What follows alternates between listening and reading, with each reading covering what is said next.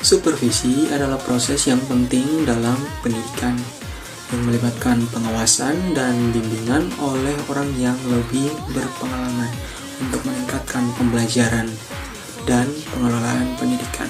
Supervisi ini sendiri juga memastikan bahwa pekerjaan itu sesuai dengan tujuan yang ditetapkan dengan memantau, menemukan masalah, dan menerapkan perbaikan. Supervisi ini juga memiliki fungsi sebagai penghubung antara guru dengan otoritas administrasi, dalam konteks ini adalah kepala sekolah. Oleh karena itu, supervisi sangat penting dalam membantu perkembangan dan meningkatkan interaksi antar individu yang disupervisi. Yang kemudian tentu saja pada akhirnya hal ini akan bermuara untuk meningkatkan kualitas dari pendidikan itu sendiri. Supervisi harus demokratis, kolaboratif, dan berkelanjutan dengan berfokus pada profesionalisme untuk meningkatkan kualitas pembelajaran yang lebih baik. Terdapat beberapa prinsip dari supervisi. Yang pertama ada prinsip saintifik atau ilmiah. Supervisi harus dilakukan secara sistematis, teratur, berprogram, dan kontinu. Data yang diperoleh atau digunakan itu harus objektif dan berdasarkan informasi yang dapat dipercaya, yang artinya hal ini dilakukan untuk memastikan bahwa hasilnya akurat dan dapat dipertanggungjawabkan untuk memberi instruksi yang konstruktif kepada guru. Prinsip yang kedua adalah prinsip demokratis, di mana pada prinsip demokratis dalam supervisi ini menunjuk kepada pendekatan yang melibatkan partisipasi aktif dan kolaborasi antara kepala sekolah dan guru. Nah, hal ini itu dilakukan dengan tujuan untuk menghargai asas dari musyawarah dan agar kepala sekolah dan guru sendiri memiliki jiwa kekeluargaan yang kuat. Yang berikut ada prinsip kolaboratif, di mana hal ini dapat dilakukan melalui wawancara yang jujur dan terbuka yang mendorong transparansi dan akuntabilitas. Prinsip yang terakhir adalah prinsip pengembangan diri atau kreatif, di mana prinsip ini menekankan bahwa setiap guru akan termotivasi untuk mengembangkan potensi kreatif mereka jika supervisi mampu menciptakan lingkungan kerja yang menyenangkan daripada lingkungan kerja itu diset untuk menjadi lingkungan kerja yang menakutkan. Terdapat beberapa jenis model pendekatan dalam supervisi. Yang pertama ada supervisi klinis. Supervisi klinis merupakan proses penting dalam pembinaan guru yang dilakukan dengan tujuan untuk meningkatkan kualitas pengajaran serta profesionalisme. Dalam model pendekatan ini, kepala sekolah atau supervisor itu berperan sebagai mitra yang sejajar yang melakukan pengamatan di kelas dan memberikan umpan balik melalui komunikasi yang terbuka. Yang berikut itu ada supervisi kolaboratif. Nah, berbeda dengan model supervisi tradisional yang bersifat otoriter atau hierarki, supervisi kolaboratif itu bersifat partisipatif. Dan model pendekatan supervisi ini mendorong dialog yang terbuka, refleksi bersama, serta pertukaran pengetahuan dan praktik baik antara kepala sekolah dengan guru. Dan model pendekatan yang terakhir adalah supervisi dengan model pendekatan reflektif. Nah, model pendekatan reflektif dalam pendidikan ini adalah pendekatan yang dilakukan untuk membimbing dan mendukung guru dalam menghadapi tantangan di tempat kerjanya, dalam hal ini sekolah. Nah, dalam model ini tuh guru dan supervisor, yaitu kepala sekolah, berkolaborasi melalui diskusi dan refleksi yang berkelanjutan dengan mengajak guru untuk merefleksikan pengalaman mengajar. Supervisi reflektif membantu dalam mengidentifikasi area yang perlu diperbaiki secara keseluruhan. Selanjutnya masuk ke pembahasan kedua tentang pengembangan keprofesionalan guru. Di bab ini teman-teman akan membahas terkaitan bagaimana cara pengembangan guru, pendekatannya, tantangan dan solusi apa yang ditawarkan. Baik, teman-teman sudah belajar tentang supervisi. Konsep supervisi yang efektif itu memainkan peran penting terhadap pengembangan keprofesionalan guru. Lebih lanjut, menurut Glickman and Burns dalam bukunya Leadership for Learning menekankan bahwa kebutuhan setiap guru, kepala sekolah itu perlu menerapkan berdiferensiasi dan kepemimpinan yang terdistribusi sehingga mengakomodasi segala jenis pengembangan profesionalisme guru. Setidaknya ada 5 yang diusung oleh buku ini. Yang pertama ada clinical supervision, peer coaching, co-teaching, critical friends group, and the use of protocols, dan practitioner research. Secara garis besar, pertama, clinical research itu berhubungan dengan bagaimana kepala sekolah sebagai supervisor mendatangi kelas dan mengobservasi pelaksanaan praktik pembelajaran. Sedangkan peer coaching adalah di mana sesama guru atau sesama rekan sejawat melakukan supervisi satu sama lain. Ketiga, co-teaching itu 2 atau lebih guru itu bekerja sama untuk kemudian merencanakan, mengerjakan, menilai, dan pembelajaran dalam satu kelas. Yang mungkin yang teman-teman ketahui sering mendengar adalah team teaching. Ini adalah salah satu jenis dari co-teaching. Kemudian yang keempat adanya critical friends group and the use of protocol. Ini adanya kelompok guru atau sering kita sebut sebagai KKG untuk kemudian sama-sama membahas terkaitan tantangan yang dihadapi dengan menggunakan beberapa protokol yang disajikan. Terakhir, practitioner research. Karena namanya research, maka di sini adalah penekanannya pada penelitian. Bagaimana guru bisa memberikan pengaruh atau memberikan perbaikan terhadap praktik pembelajarannya. Yang pertama, clinical supervision. Setidaknya ada 5 langkah yang dilakukan oleh supervisor, dalam hal ini kepala sekolah bersama dengan guru. Yang pertama adalah penentuan tujuan observasi yang disebut sebagai prakonferensi, menentukan juga waktu kapan bisa bertemu pasca observasi di kelas. Nah, setelah menentukan semua jadwalnya, maka langkah selanjutnya observasilah di kelas. Setelah observasi di kelas, ternyata tidak langsung kemudian menganalisis dan membahas bersama di pasca konferensi, tapi ada persiapan pasca konferensi. Apa yang dimaksudkan adalah kepala sekolah di sini memikirkan pendekatan interpersonal apa yang diperlukan untuk guru ini. Apakah direktif, kolaboratif, atau non-direktif. Sehingga setelahnya baru kemudian membahas hasil temuan observasi bersama. Dan akhirnya setelah ini maka adanya tindak lanjut. Apakah praktik pembelajaran yang sudah dievaluasi itu akan dilanjutkan, direvisi, atau kemudian diubah ke praktik pembelajaran yang lebih baik. Yang kedua adalah peer coaching. Di sini adanya kolaborasi sesama guru sehingga persiapan awal yang dilakukan adalah menentukan tujuan observasi. Setelahnya adanya konferensi prapengamatan, maka menentukan metode apa saja, data mau dikumpulkannya bagaimana, dan sebagainya, hingga kemudian langkah ketiga observasi di kelas.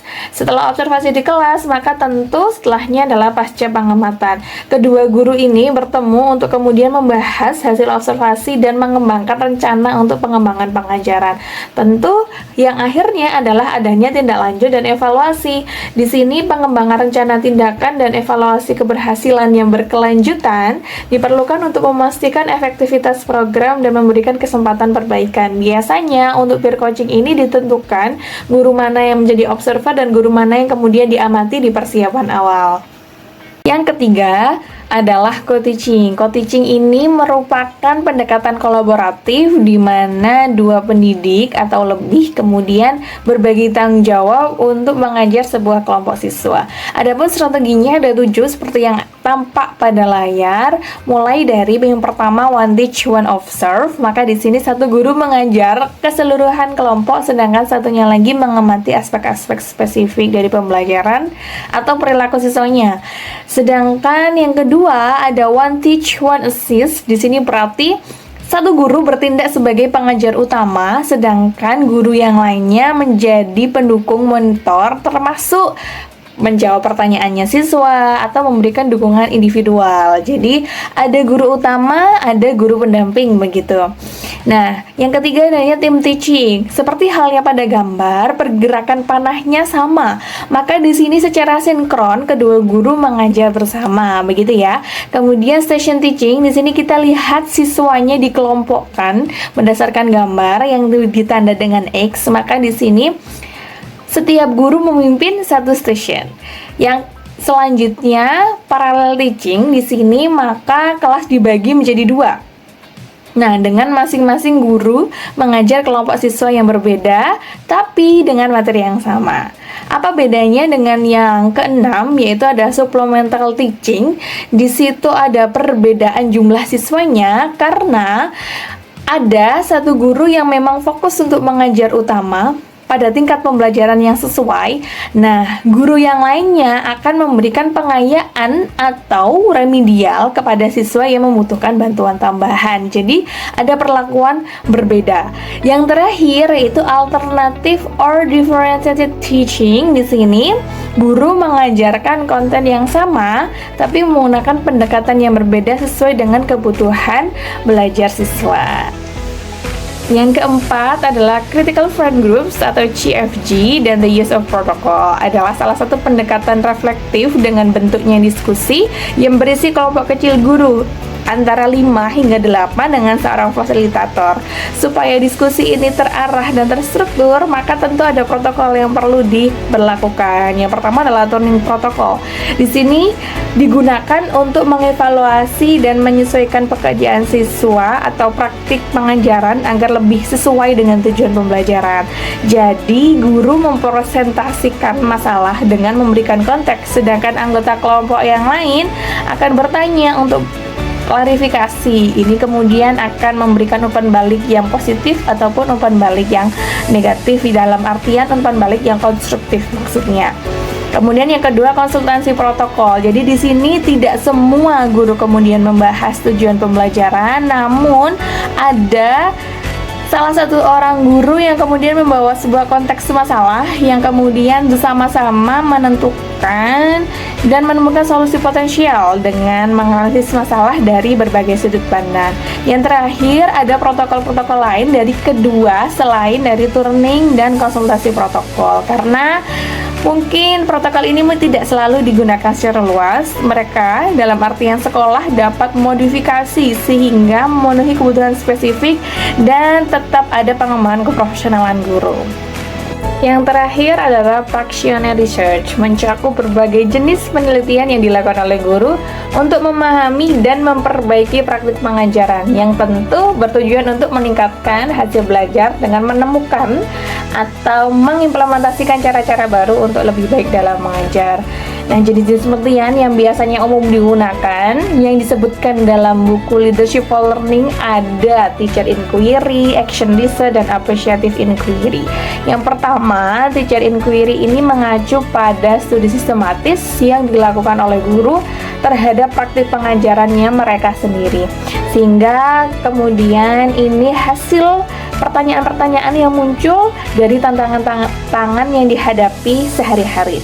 Kemudian action research atau kita kenal dengan penelitian tindakan kelas, tentu adanya pendekatan yang lebih terstruktur untuk guru merencanakan, menerapkan, dan kemudian mengevaluasi tindakan dalam artian untuk memperbaiki pengajaran atau mencari obat yang tepat untuk masalah yang ada. Yang terakhir, appreciative inquiry di sini fokusnya pada mengidentifikasi apa yang sudah berjalan dengan baik dalam praktek pengajaran. Apakah ini kemudian aspek positif dapat ditingkatkan atau kemudian perlunya diterapkan di kelas yang lebih lain atau di kelas lain yang lebih luas di seluruh kelas gitu ya. Jadi lebih kemudian memberikan dampak yang lebih. Masuk kepada tantangan pengembangan profesionalisme guru. Tentu dalam praktiknya ditemukan berbagai tantangan yang dihadapi.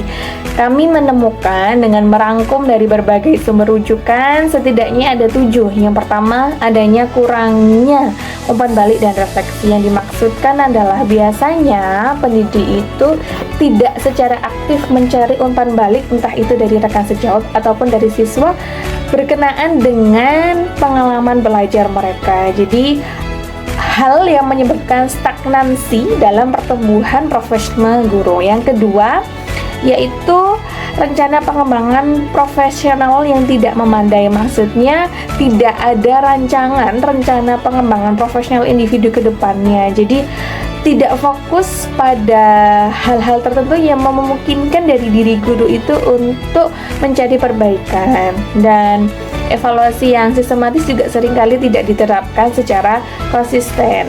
Yang ketiga, fragmentasi program pengembangan profesional. Jadi ini maksudnya terfragmentasi, maksudnya adalah kegiatan-kegiatan pelatihan yang dilakukan oleh guru seringkali tidak saling terhubung sehingga tidak bisa langsung diimplementasikan di kelas.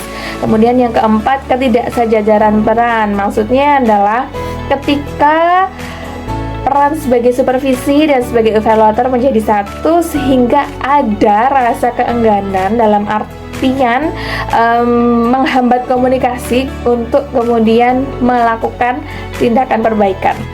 Yang kelima, resistensi terhadap perubahan, berarti maksudnya adalah tidak adanya rasa urgensi atau rasa kebutuhan untuk memperbaiki praktik sehingga guru seringkali merasa puas dengan status quo yang dimiliki dan tidak termotivasi untuk kemudian melakukan perubahan. Yang keenam, keterbatasan sumber daya dan waktu, yang seringkali akses kepada pelatihan yang berkualitas itu tidak bisa menyeluruh kepada guru, akses dana, sumber daya yang kemudian perlu banyaknya dukungan. Contohnya saja yang dikemukakan oleh Hussein bahwasannya di beberapa banyak negara berkembang, biasanya supervisor itu memiliki beban kerja yang berat dan seringkali kurang memiliki pengalaman atau latar belakang yang memadai dalam bidang manajemen pendidikan.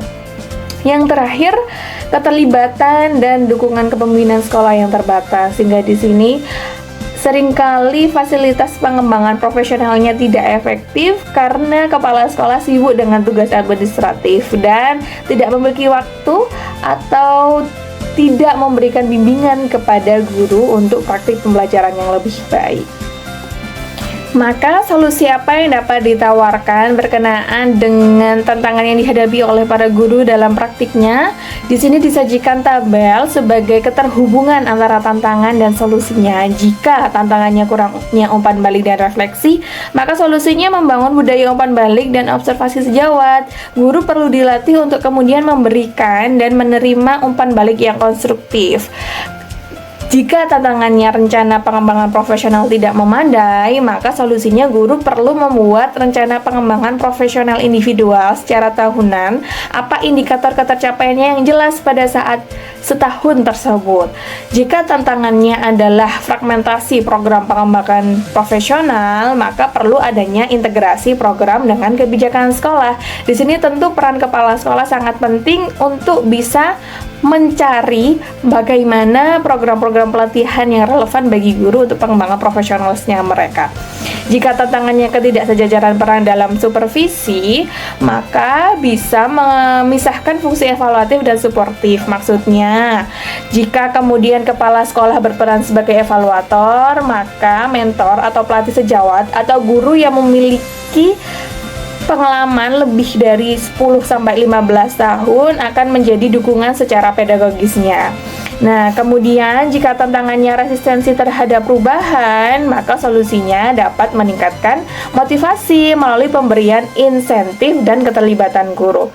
Yang keenam, jika tantangannya terkait dengan keterbatasan sumber daya dan waktu, maka solusinya kepala sekolah bisa menjamin akses pelatihan berkualitas dan alokasi waktu khusus. Maksudnya, dengan memberikan insentif dan dukungan, dengan adanya peluang karir, mereka mengembangkan bakat, mengembangkan keprofesionalannya. Ini akan membantu mereka lebih termotivasi. Yang terakhir, jika dukungan kepemimpinannya terbatas, maka yang diperlukan adalah kepala sekolah perlu meningkatkan pelatihan kepemimpinannya dalam artian secara instruksional dan sebagai supervisi pedagogis. Selanjutnya saya akan menjelaskan mengenai indikator ketercapaian supervisi. Tindak lanjut supervisi merupakan langkah penting setelah proses supervisi dilakukan. Tindak lanjut ini bertujuan untuk memastikan bahwa hasil supervisi benar-benar memberikan dampak positif pada peningkatan kualitas pembelajaran. Indikator pencapaian supervisi dapat dilihat dari keberhasilan tindak lanjut yang dilakukan. Berikut ini beberapa indikator ketercapaian supervisi menurut Sulistriorini dan kawan-kawan pada tahun 2021. Indikator yang pertama yakni adanya peningkatan profesionalisme guru. Beberapa aspek yang perlu diperhatikan agar meningkatkan profesionalisme guru yaitu yang pertama, identifikasi kekuatan dan kelemahan. Melalui proses identifikasi kekuatan dan kelemahan guru berdasarkan data yang diperoleh dari berbagai instrumen yang dilakukan dalam supervisi, maka dapat memberikan bimbingan yang tepat sasaran kepada guru. Indikator atau aspek yang kedua yakni kesediaan guru. Kesediaan guru untuk menerima masukan dan menjadikan supervisi sebagai motivasi untuk berkembang menjadi kunci keberhasilan upaya peningkatan profesionalisme guru. Aspek yang ketiga, dukungan dari supervisor. Adanya dukungan yang konsisten dari supervisor seperti pembinaan, pelatihan, dan konsultasi akan membantu guru mengatasi kelemahan dan mengembangkan potensi yang dimiliki. Aspek yang keempat, sistem penghargaan. Penerapan sistem penghargaan dan penguatan oleh supervisor dapat menjadi motivasi tambahan bagi guru untuk terus berinovasi dan meningkatkan kualitas pembelajaran. Serta aspek yang kelima, teguran konstruktif. Dengan adanya teguran yang konstruktif, penting untuk membantu guru dalam memperbaiki kekurangan yang dimiliki. Dengan demikian, melalui kombinasi antara supervisi yang efektif, dukungan yang berkelanjutan, dan sistem penghargaan yang adil, maka kualitas pembelajaran dapat terus ditingkatkan. Selanjutnya berkaitan dengan kegiatan pengembangan profesi guru dibagi menjadi 3 yakni pengembangan intensif, pengembangan kooperatif, dan pengembangan mandiri berdasarkan pendapat dari Ricardo pada tahun 2016. Yang pertama yakni pengembangan intensif. Untuk pengembangan intensif dilakukan oleh pemimpin berdasarkan kebutuhan dari masing-masing individu guru. Contohnya yakni pendampingan secara langsung yang dilakukan oleh kepala sekolah terhadap guru, serta coaching atau mentoring terhadap guru. Yang kedua yakni pengembangan kooperatif, yakni kerjasama dengan teman sejawat. Di sini dilakukan secara kolaboratif dalam kelompok antar guru yang satu dengan guru yang lainnya. Contoh kegiatannya seperti studi kelompok, pelatihan bersama maupun proyek yang dilakukan secara bersama-sama oleh para guru. Dan yang terakhir, pengembangan mandiri, yakni dilakukan oleh guru secara mandiri, seperti mengikuti kursus, workshop, membuat proyek pribadi, dan lain sebagainya. Sedangkan kompetensi yang harus dimiliki oleh guru profesional terdiri dari 4 kompetensi, yakni kompetensi pedagogik, kepribadian, sosial, dan profesional, menurut Saiful Bahri pada tahun 2014. Yang pertama yakni kompetensi pedagogik, di mana guru harus menguasai karakteristik peserta didik, kemudian menguasai teori belajar dan prinsip-prinsip pembelajaran. Guru dapat mengembangkan kurikulum yang terkait dengan bidang pengembangan yang diampu, dapat menyelenggarakan kegiatan pengembangan yang mendidik, selanjutnya dapat memanfaatkan teknologi informasi dan komunikasi, dapat memfasilitasi potensi peserta didik, berkomunikasi secara efektif, empatik, dan santun, melakukan penilaian dan evaluasi proses hasil belajar, serta melakukan tindakan reflektif untuk peningkatan kualitas pembelajaran. Sedangkan untuk kompetensi kepribadian meliputi guru bertindak sesuai dengan norma agama, hukum, sosial, dan kebudayaan nasional Indonesia, kemudian menampilkan diri sebagai pribadi yang jujur, berakhlak mulia, dan dapat menjadi teladan. Selain itu, harus menampilkan diri sebagai pribadi yang mantap, stabil, dewasa, arif, dan berwibawa, serta menunjukkan etos kerja, tanggung jawab yang tinggi, rasa bangga menjadi guru, dan rasa percaya diri. Selain itu, menjunjung tinggi kode etik profesi guru. Selanjutnya untuk kompetensi sosial yakni dapat bertindak objektif serta tidak diskriminatif, kemudian dapat berkomunikasi secara efektif, empatik, dan santun dengan sesama pendidik, tenaga pendidikan, orang tua maupun masyarakat. Selanjutnya dapat beradaptasi di berbagai tempat sesuai dengan tempat yang ditugaskan, dan berkomunikasi dengan komunitas profesi sendiri dan profesi lainnya secara lisan, tulisan, atau dalam bentuk yang lain. Dan yang terakhir, kompetensi profesional, yakni dalam menyampaikan pembelajaran, guru mempunyai peranan dan tugas sebagai sumber materi yang tidak pernah kering dalam mengelola proses pembelajaran. Kemudian, dalam melaksanakan proses pembelajaran, guru harus meningkatkan keaktifan siswa dengan menggunakan berbagai metode maupun strategi dalam belajar. Di dalam pelaksanaan proses belajar, guru juga harus memperhatikan prinsip-prinsip didaktik metodik sebagai ilmu keguruan. Serta dalam hal evaluasi, secara teori dan praktik, guru harus dapat melaksanakan sesuai dengan tujuan yang ingin diukur. Indikator pencapaian supervisi yang kedua yakni adanya perencanaan perbaikan program pembelajaran selanjutnya. Perencanaan perbaikan program pembelajaran selanjutnya dapat dilakukan setelah mempelajari dan mengevaluasi hasil pembelajaran. Untuk itu, tujuan mempelajari dan mengevaluasi hasil pembelajaran yakni mengidentifikasi secara lengkap terkait kelebihan dan kelemahan dalam pembelajaran. Selanjutnya yakni ketercapaian tujuan pembelajaran, baik itu dalam aspek pengetahuan, sikap maupun keterampilan. Dan yang berikut, mengidentifikasi kesesuaian antara sarana yang digunakan dalam pembelajaran dengan materi, indikator pembelajaran maupun karakteristik siswa. Melalui mempelajari dan mengevaluasi hasil-hasil pembelajaran, maka dapat dijadikan pedoman untuk merancang perbaikan pembelajaran selanjutnya. Karena sudah mengetahui apa saja kelemahan dalam pembelajaran, kemudian apa saja yang masih kurang dalam aspek pengetahuan, sikap maupun keterampilan yang dimiliki oleh siswa, serta kesesuaian dari berbagai sarana prasarana yang digunakan dalam pembelajaran. Selanjutnya yakni prinsip pengelolaan kegiatan manajerial dapat diterapkan dalam kegiatan supervisi. Meliputi 6 aspek, yakni yang pertama, supervisi berfokus pada tahapan, proses maupun hasil pembelajaran. Jadi, supervisi tidak hanya berfokus pada hasil pembelajaran ini saja, tetapi juga pada proses dan tahapan-tahapan dalam pembelajaran, mulai dari perencanaan pembelajaran, pelaksanaan pembelajaran, evaluasi terhadap pembelajaran, maupun perbaikan terhadap hasil pembelajaran yang diperoleh.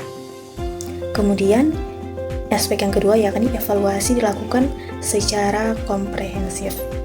Jadi, untuk evaluasi tersebut dilakukan pada setiap tahapan pembelajaran, seperti pada tahap perencanaan, pada tahap pelaksanaan, maupun pada hasil belajar yang diperoleh siswa. Untuk aspek yang ketiga, hasil evaluasi sebagai penentuan keberhasilan atau kegagalan. Dengan adanya hasil evaluasi, dapat digunakan untuk memetakan keberhasilan dan kegagalan di setiap tahap proses pembelajaran, yang dimulai dari tahap perencanaan, pelaksanaan, evaluasi maupun tahap perbaikan. Aspek yang keempat yakni merencanakan perbaikan program secara sistematis. Untuk perencanaan program secara sistematis berdasarkan hasil evaluasi dengan perencanaan yang matang untuk mengatasi masalah dan meningkatkan kualitas pembelajaran. Aspek yang kelima yakni hasil evaluasi sebagai dasar pengambilan keputusan dan kebajikan. Jadi dengan mengetahui hasil evaluasi terhadap pembelajaran, maka seorang guru dapat mengambil keputusan-keputusan untuk membuat perbaikan, seperti keputusan dalam menentukan model pembelajaran, metode maupun media pembelajaran, serta sarana-prasarana yang dibutuhkan dalam menunjang pembelajaran. Dan yang terakhir, yang keenam, sumber daya dan kolaborasi sebagai pihak dibutuhkan dalam rencana perbaikan. Sumber daya di sini yakni sumber daya manusia, baik itu dari guru sendiri. Kemudian untuk kolaborasi dari berbagai pihak, yakni berkolaborasi dengan teman sejawat ataupun guru lainnya, maupun dengan orang tua siswa serta masyarakat, agar perbaikan pembelajaran menjadi lebih maksimal dan tentunya dapat meningkatkan kualitas pembelajaran. Indikator pencapaian supervisi yang ketiga yakni adanya peningkatan hasil belajar siswa. Berhasil atau tidaknya peserta didik atau siswa dalam belajar dipengaruhi oleh rancangan kegiatan pembelajaran yang dapat mendorong atau memaksimalkan proses pembelajaran sehingga menjadi lebih efektif. Oleh karena itu, program kegiatan yang direncanakan dalam kegiatan tindak lanjut terkait hasil belajar peserta didik sebelumnya berdasarkan hasil supervisi, maka harus mempertimbangkan faktor penghambat dan faktor pendukung dalam proses pembelajaran. Oleh karena itu, guru harus memperhatikan kedua aspek ini. Faktor penghambatnya seperti kurangnya motivasi yang ada dalam diri siswa, kemudian penggunaan model maupun metode serta media pembelajaran yang kurang mendukung sehingga siswa tidak tertarik dengan pembelajaran, serta media pembelajaran yang tidak berhasil digunakan dalam pembelajaran karena tidak dapat memberikan penjelasan yang lebih baik atau maksimal berkaitan dengan materi yang dipelajari serta lingkungan belajar yang kurang kondusif. Sedangkan untuk faktor pendukungnya yakni harus adanya motivasi dari dalam diri siswa, kemudian harus didukung dengan penggunaan model, metode maupun media-media pembelajaran yang interaktif dan lingkungan belajar yang kondusif, dan tentunya dapat menarik minat siswa untuk belajar. Untuk contoh penerapannya yakni dengan melakukan program pembelajaran remedi untuk mengatasi masalah peserta didik yang kurang aktif dalam pembelajaran. Untuk mengatasi hambatan atau masalah tersebut, maka menyediakan kegiatan pembelajaran yang lebih menarik dan interaktif, seperti menggunakan berbagai model, metode, maupun media pembelajaran yang dapat mendorong peserta didik aktif.